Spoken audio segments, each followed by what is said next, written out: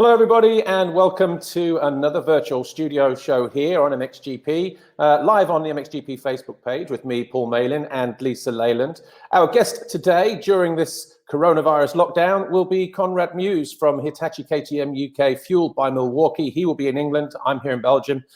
Lisa is in Spain. And just another reminder, really, just to let you know that we need to be safe. We need to do the right things. We need to social distance in order to get out of this as quickly as possible, and hope everybody is well and not suffering too badly as a result of it. But as we said, our guest coming up in a few moments' time will be Conrad Mewse.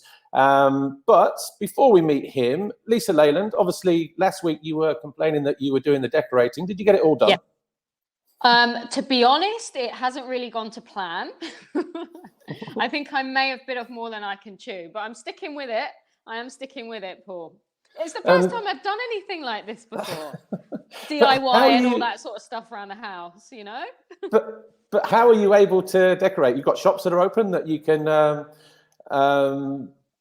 buy paints and things like that, or are these stored from the previous owners? Yes. We had loads of paint downstairs, so we've just been using that. But I do think I was a bit ambitious with what I was hoping to achieve. But all right, well, look. Anyway, I'm sure you've got plenty of time to redress all of that and get more stuff done. But as you can see, Conrad Mewse is in the building. So Conrad, welcome to our virtual studio show here on MXGP. There you go, on our Facebook page. And incidentally, this will also be on our YouTube channel as well a little later on today if you miss it or if you join us at the wrong time. But Conrad, first of all, welcome. Just, 6 weeks off work so far since Valkenswaard? You must be absolutely bored out of your mind. Yeah, it's certainly a difficult time for everyone. It's I hope everyone's obviously keeping safe out there.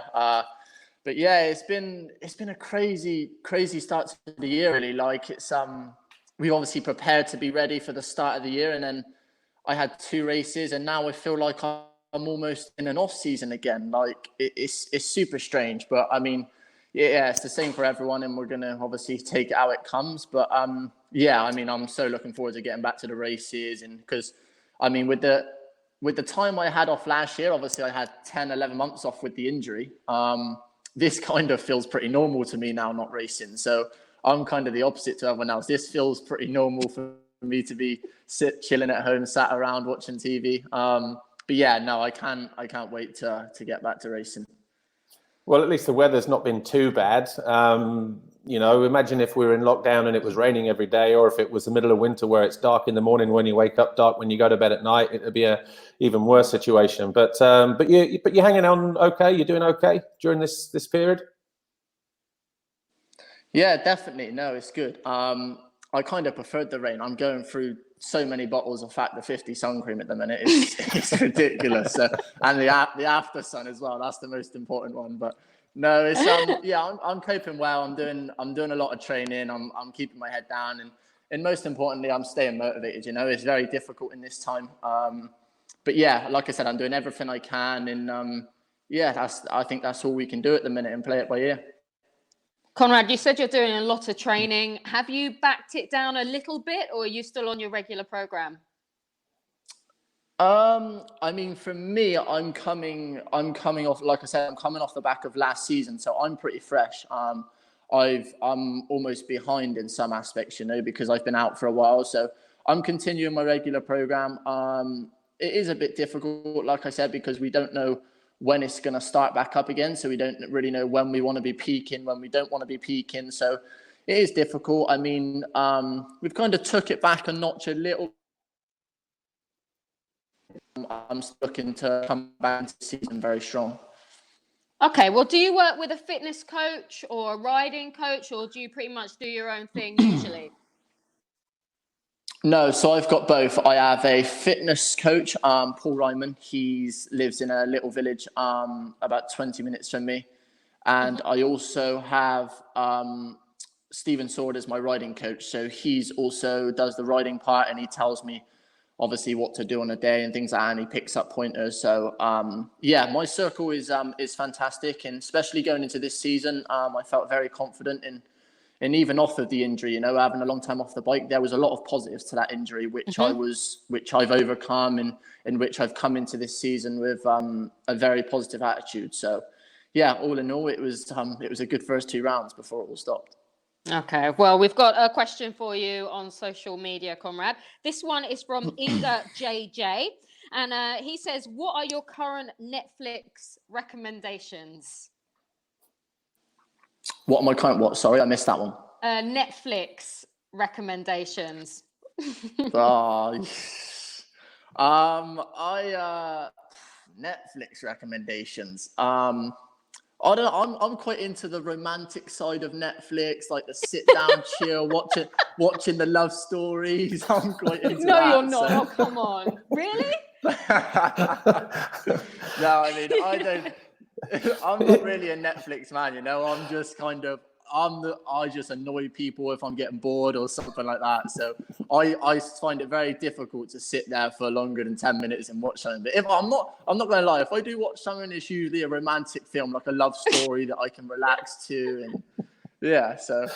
It's not April Fool's Day, is it? It's not April 1st. You never strike me as a romantic type, Conrad, to be honest with you, but.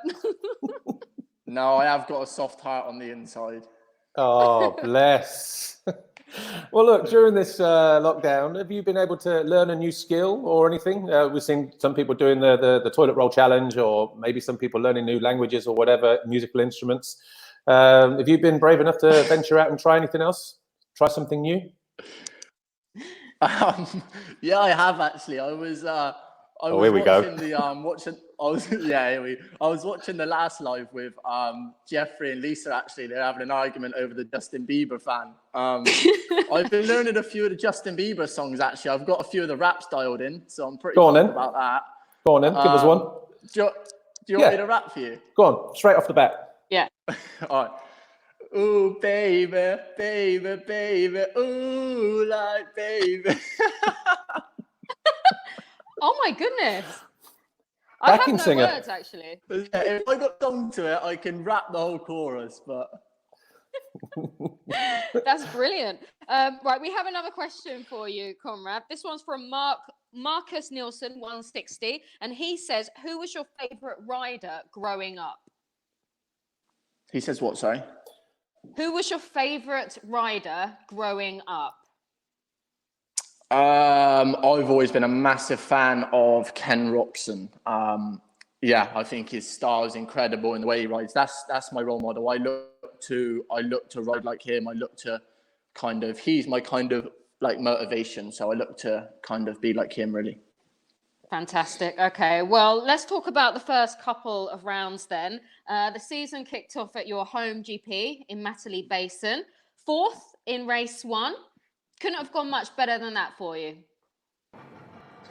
No, I was super happy about that actually. To come out with a 4th, like I went into that race thinking, no, I'm going to go and have fun, and I want 2 top 10 finishes, you know.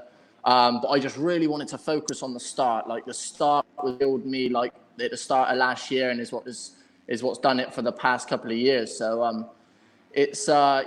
was just so focused on that start, and we've done a lot of start work. We've done a lot of training over the winter to try and help the start out. So, and I finally did got out of that gate, and I kind of backed off a little bit going into the first turn. I could have had that whole shot, but I was just happy just to see one of the KTM guys. To be honest, I hadn't seen them in a while, so it was nice to get out of that gate like that. And I was. To be honest, I'm still, every time I ride, I'm still in quite a lot of pain with my wrist. Like I was very tight. I was getting cramped up, and so it was for sure difficult. But like I said, I was just looking forward to the next few rounds, relaxing and really riding myself, you know, because in the week at the minute, I've got it pretty solid. I've got it good. I've got the time down, and obviously before all this lockdown was on, but we were in a solid position. It was just a bit cramped up at the races, you know. Well, less than 10 seconds separated the first 4, and despite that intensity, you did seem pretty relaxed out there. You really seemed quite measured in your performance. Yes, definitely. I mean, like the off-season training and in the riding and things like that. I was doing a lot of riding with my teammate Bas Vassen, and we were riding at some serious pace. You know, we were going fast, we were moving forward, we were pushing each other every single day. So that pace felt comfortable to me running at the front. Like it wasn't like I got there and I felt out of control. It felt comfortable. I just didn't have my usual confident mind to switch from left to right on the track and make passes. And usually I'd be switching my line and really have the confidence. And I think I was just pretty happy, sat in there and settled down. So yeah, fourth, like I said, I was over the moon with that. Good stuff. Well, another question for you on social. This one's from Taylor T27. What was it like to be back running at the front where you belong, he says?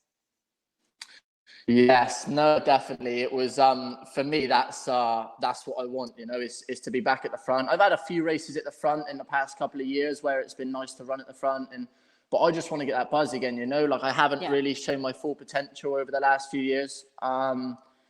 But yeah, no, we'll like I said, we're gonna work on it, and as soon as I can get back to training in the week and riding and stuff like that, I will I'll be back to it, and then we'll be ready to go for the next GP. Well, obviously, Natalie, Conrad was pretty good for you on that weekend, fourth in race one, as we said. But it's also been pretty good to you over the years, hasn't it?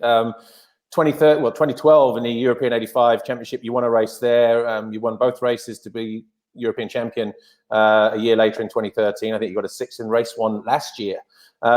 So what is it about that place? Is it just the fact that it's the home Grand Prix and the atmosphere that you just kind of find another gear and step up to another level that kind of inspires those kind of performances? I think we just lost him there for a while. Did you get all that, Conrad? Did you hear the whole question there? Because you just had a bit of a screen freeze. Or do you want me to repeat?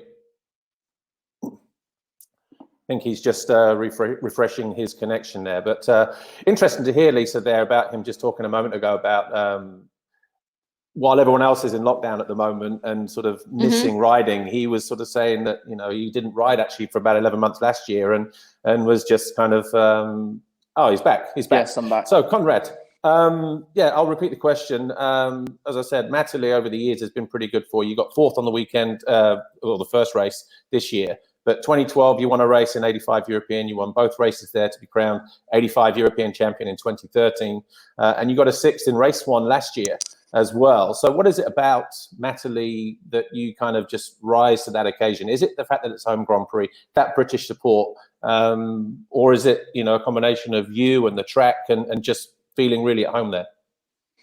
I mean, to start off with, obviously, it's a fantastic track. You know, it's probably one of the best ones on the calendar. But I mean, I think it's just a thing of the home fans, and it's not far from home and things like that. It just brings your inner comfort out, you know. And I just feel quite confident on that track, and I feel good. And yeah, I don't know, it just seems to fall in place most years at Matterley. And yeah, definitely not complaining about that. You know, it's nice to give the fans something to obviously cheer about and things like that. But yeah, like I said, I like most tracks on the calendar. You know, Valkenswaard was another fantastic track for me. It just obviously, yeah, didn't go 100% to plan. But again, like they were the two tracks that I would kind of favoritize. Yeah. Okay, well, we have another question for you from Facebook. This one's from Chris Thomas. Great start to the season for you. How did you focus on getting back on top following your injury last year? That was a tough injury. That was definitely unexpected. That was for sure.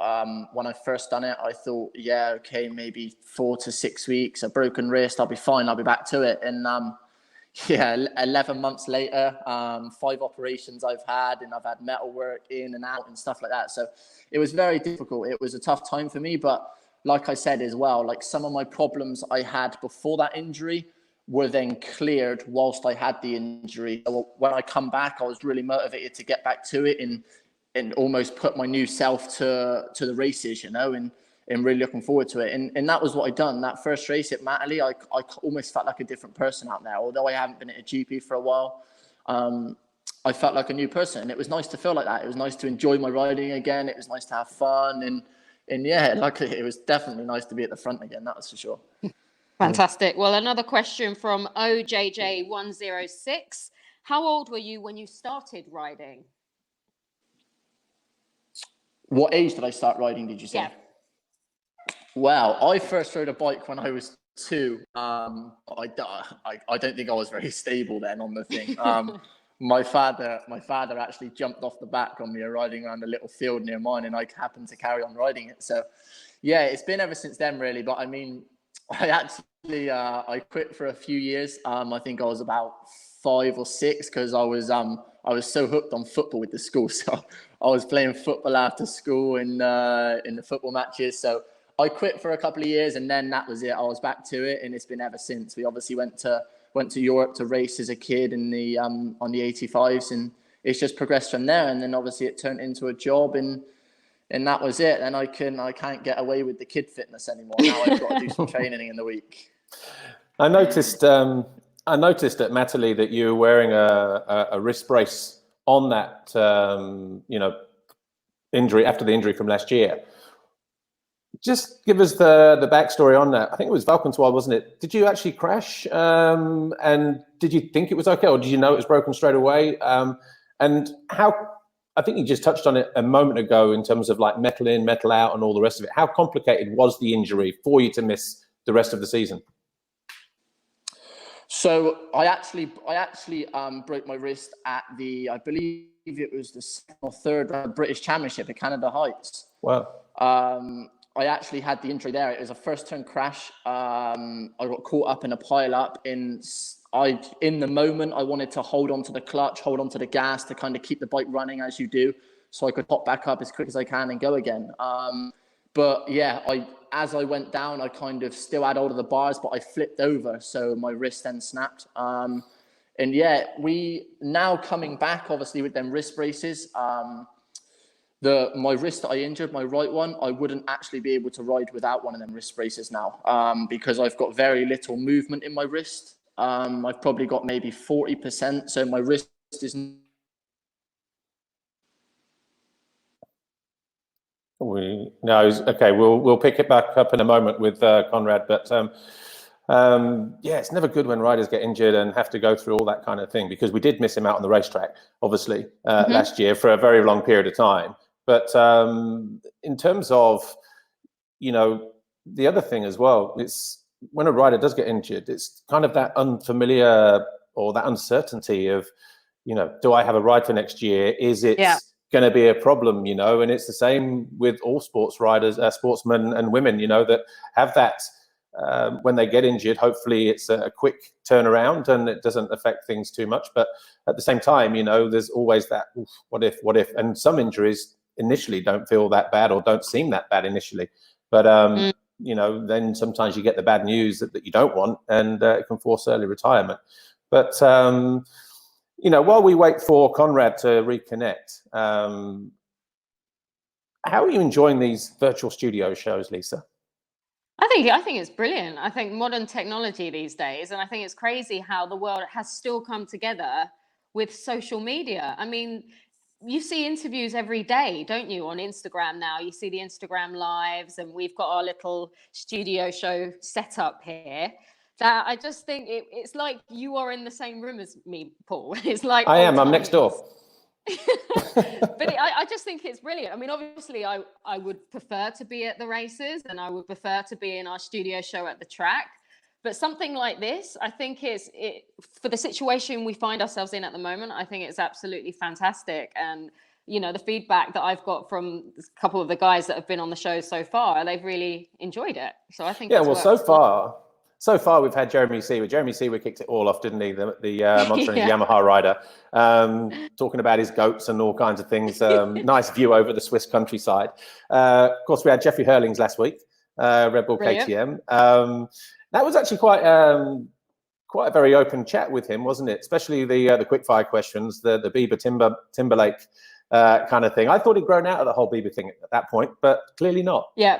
It's funny because he actually kind of compared himself to Justin Bieber, didn't he? In that interview, he said because Justin Bieber started from a young age and he's matured throughout his career, and he kind of made suggestions that he himself has matured into almost a bit more of an adult. And he said, "Yeah, I'm very much like Justin Bieber." But I think we've got another fan with Conrad as well, by the sounds of it. Well, I think he's not auditioning. sure about the singing. Not sure about the singing. I was about to say, I think he's going to audition for Bieber's Got Talent, but maybe not. We should get them both on together and have like a sing out or something like that. Have a sing-a-thong, both of them together. Did you say a sing-a-thong? Have them both singing. Sing-a-thong. You got a list. Well, you know what I mean. A sing-a-thon. You know what I mean. Like a competition sort of thing. But it seems like Justin Bieber's very popular within the motocross paddock. Who would have thought? Who would have thought? Exactly.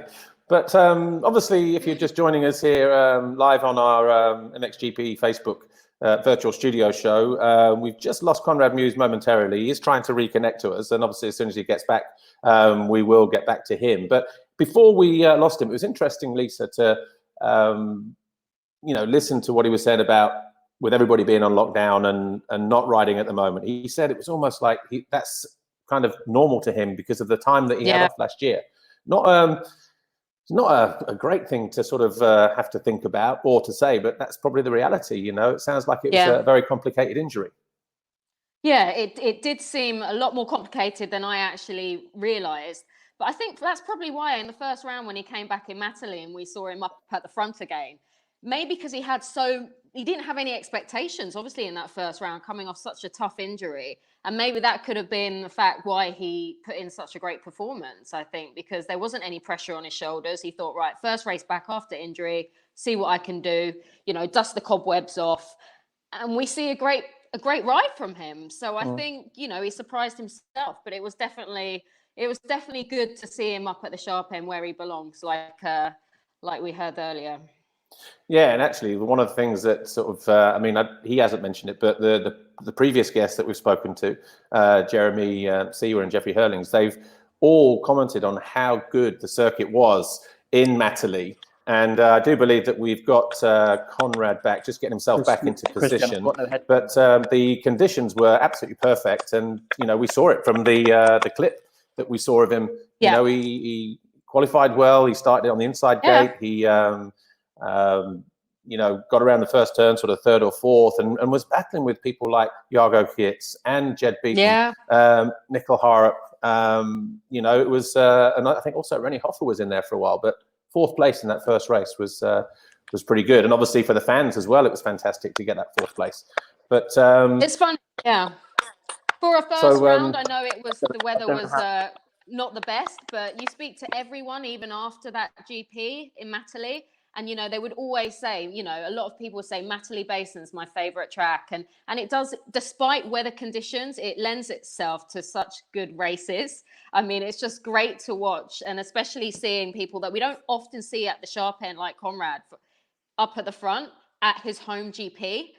That's what good racing is all about, isn't it? Is that element of surprise and not knowing what to expect. So I think that first GP was a good one for many people.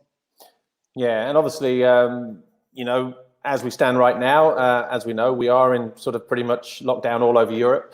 We, had an update on the calendar as well. We might talk about that a little bit later on. But Conrad, I can see, is back. It looks like he's okay, and he sounds okay as well. So, Conrad, welcome back to the virtual studio show. Obviously, a connection issue there. But you were talking about the injury and how complicated it was, and sort of like I guess the frustration of all of that. Yeah, definitely. Like I said, last year, of course. Yeah, it was a tough injury. It was definitely unexpected. Like I said, it was planned. I thought it was going to be maybe 6 weeks maximum with just a broken wrist, but it turns out it was a lot more difficult than that. I had to have 5 operations. I had metal work in and out, and it was tough. It was very difficult. But like I said, I overcame a lot of things in that period, and we're back to it. So yeah, I couldn't be happier. And when you returned to training, Conrad, did the time off allow you to reevaluate your program to be better prepared, perhaps, for this year? Yes, definitely. When I had obviously the time off, I had a lot of things to think about. I watched a lot of videos. I really assessed my riding, and we did make some big changes. I was obviously last year. At the start of last year, I was, like I said, I was really struggling with the starts and things like that. And then whilst I had the time off with the wrist injury, I went to cutting a lot of weight. I actually lost a stone to try and help me with the starts. And it showed at Malin in the first race. So I was happy with that. But yeah, like I said, that gave us a massive opportunity to really assess my riding and see what we needed to change. Okay. All right. Well, look, round 2, Valkenswaard, obviously not the easiest of weather conditions this year. A lot of rain and all that kind of thing. But another solid performance for you. 6th overall, I believe. 2 top 10 finishes, 7th and 9th. Yes, that's it. No, it was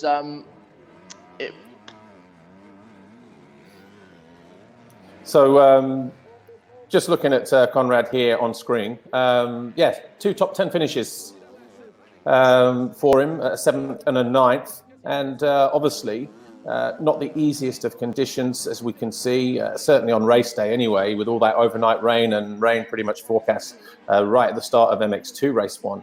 But it was just difficult conditions for everybody, wasn't it, Lisa? We will get him back in a moment. Here he is. Conrad, Valkenswaard, difficult for you, 2 top 10 finishes. Not difficult for you, difficult conditions for everybody. 6th overall, 2 top finishes. I guess you were probably a lot happier with that weekend than you were Matterley in terms of your overall position.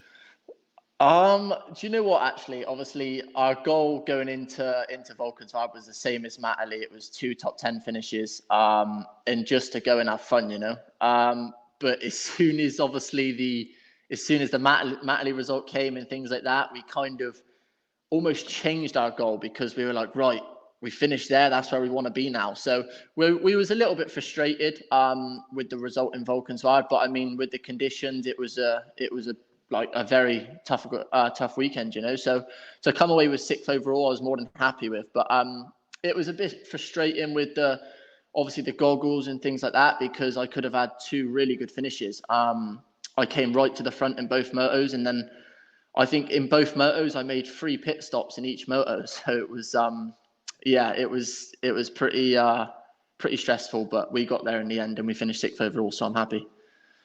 Well, actually, both you and your teammate Bas Vassen looked really good.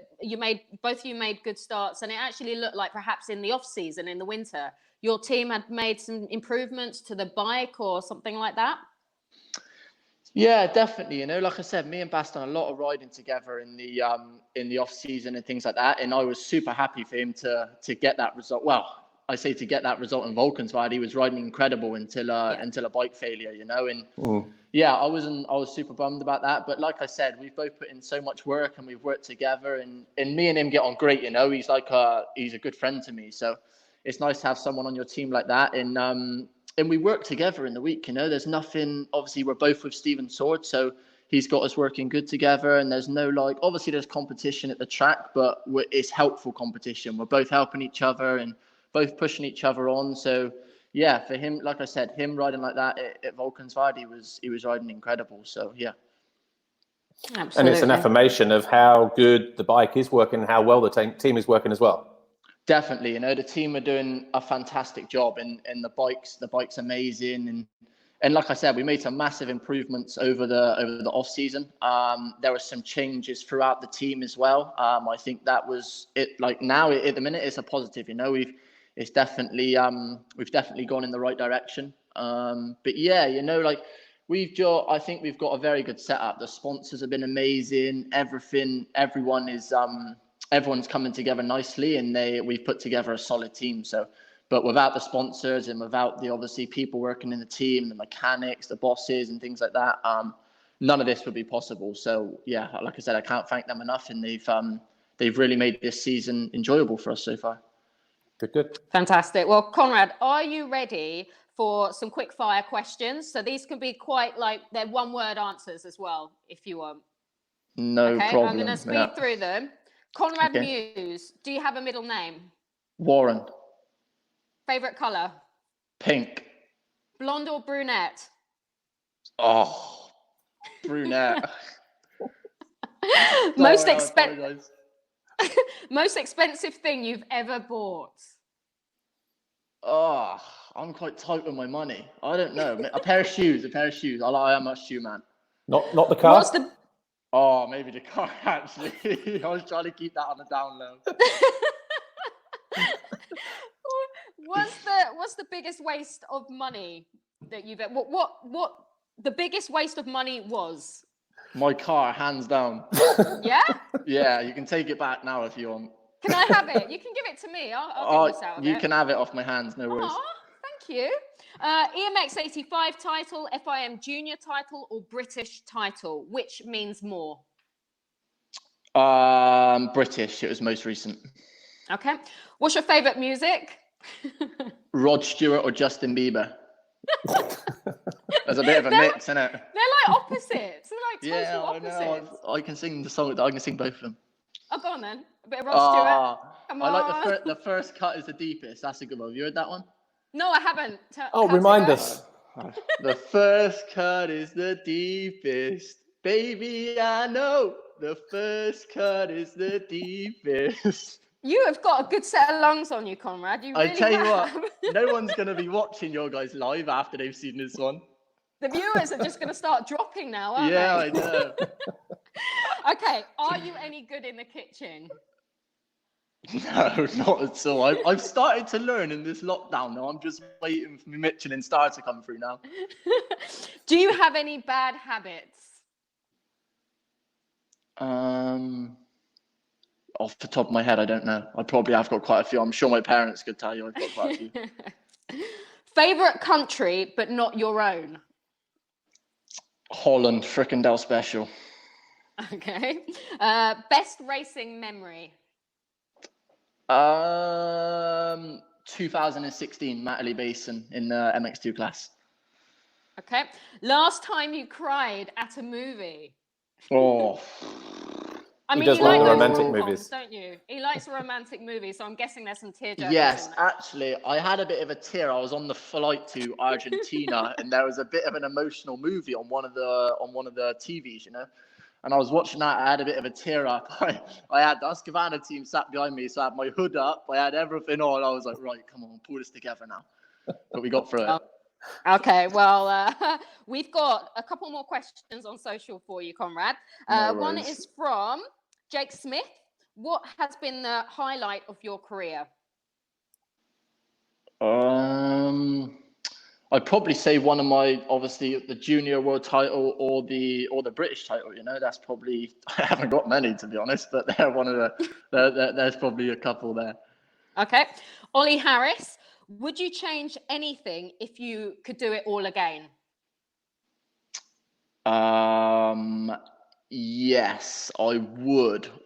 I would definitely, for sure. I'd change it because I feel like I've experienced some things a little bit later than others. Obviously, I still haven't had a MX2 podium yet, and I feel like if I changed a couple of things, and like a few years ago, then maybe it would have came sooner. But like I said, that injury, it really kind of gave me time to reflect on my career and what I need to change. And then I believe that this year will be the one, hopefully, where I get my first podium.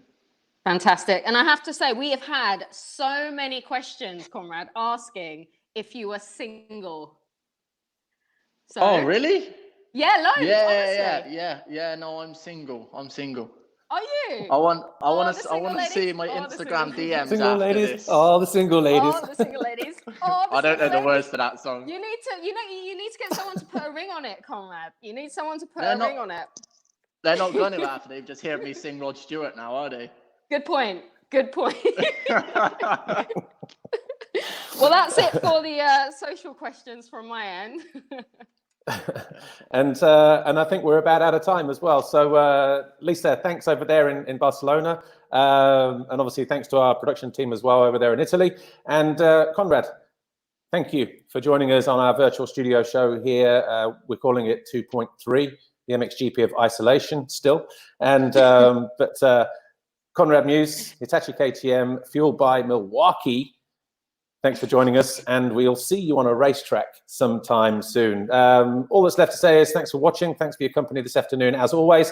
Don't forget, Lisa and I will be back during the week. I'll be there on Tuesday doing an Instagram live at 4 o'clock. Lisa on Thursday, and sorry, and on Saturday we return with a virtual studio show as well. So just keep your eyes peeled, and I believe it will be Glenn Coldenhoff on Saturday next week. So if you want to hear about Glenn and his new team and his season so far, and maybe a lot of other things, then tune in to our MXGP Facebook page, just like you have today. But that's it. Thank you, and we'll see you next time. Conrad, thanks again. See you next time. Thank you very much.